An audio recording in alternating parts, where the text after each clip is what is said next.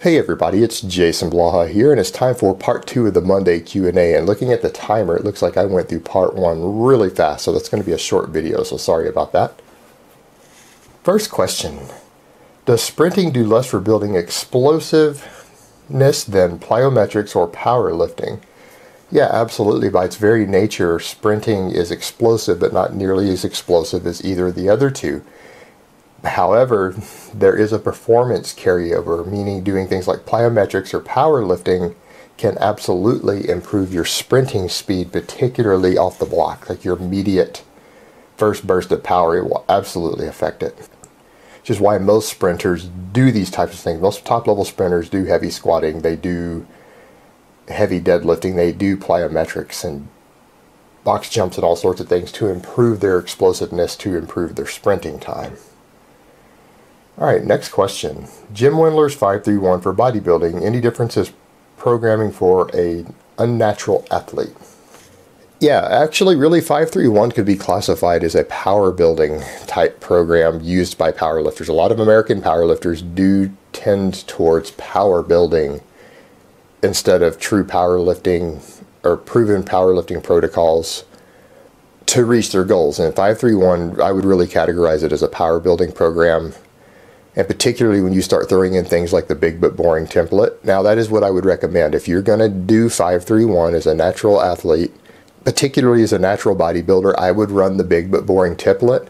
But to make sure your muscle protein synthesis is really where you want it to be, I would swap the days over. And what I mean there is I would do the squat work on the deadlift days, the deadlift work on the squat days, the overhead work on the bench days, and the bench accessory work on the overhead days.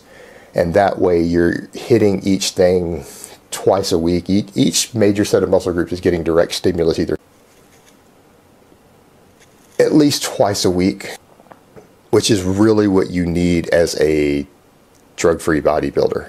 Anything less than that, and honestly, it's you're going to gain slower. So you need that overlap. You need it done that way to get the most out of it for a drug-free lifter. Now, someone who's on a gram a test, they could run it just the other way just fine. So that's how I would go about it, really. And I think it's a decent enough program for that purpose. I think it's a good power building program. I wouldn't generally recommend it. It wouldn't be my first choice for a drug-free power lifter, however. I think it works a lot better for enhanced power lifters than it does for drug-free ones. All right, last question. Thoughts on vacuums? And I'm going to assume you mean stomach vacuums.